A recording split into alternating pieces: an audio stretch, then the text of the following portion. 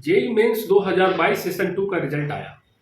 इस परीक्षा में लगभग 2,62,000 विद्यार्थी क्वालिफाई हुए, लेकिन इस परीक्षा के रिजल्ट को लेकर के विद्यार्थियों में भारी रोष है। कारण, विद्यार्थियों ने परीक्षा के दौरान तमाम विसंगतियों का आरोप लगाया है, जैसे कि जो उनका रिस्पांस शीट था वो गलत आया और टेक्निकल ग्लिचेस रहे उस दौरान। और एक आरोप यह भी है कि सेशन 1 और सेशन 2 का जो एग्जाम रहा उसके बीच का जो गैप है वो काफी कम है। तो इन सब चीजों को लेकर के स्टूडेंट्स की डिमांड है कि उन्हें थर्ड अटेम्प्ट दिया जाए। So I appeal to the NTA director and the government of India to consider their demands sympathetically and give them a fair chance.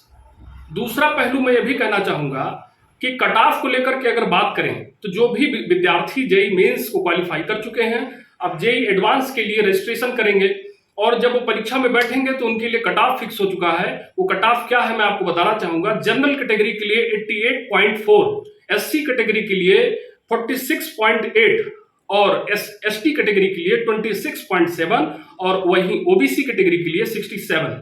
तो ये इस तरह का कट ऑफ स्कोर फिक्स किया गया है। दूसरी बात ये भी बताना चाहूंगा कि जनरल कैटेगरी का कट ऑफ इस साल बढ़ा दिया गया है।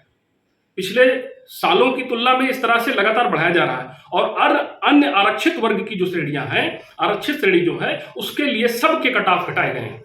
तो ये जो सौतेला व्यवहार किया जाता है, एक तो आरक्षण नीति के चलते वैसे भी हमारे देश की प्रतिभाएं पलायन करने को बाध्य हैं और हमारे देश में अगर किसी को आगे बढ़ने में दिक्कत आती है तो उसको संसाधन मुहैया कराए जाने चाहिए। इस तरह के रिजर्वेशन से देश को कमजोर किया जाता है। रिजर्वेशन की नीति पर चलकर अगर देश आगे बढ़ेगा तो यह केवल एक कपोल कल्पना है।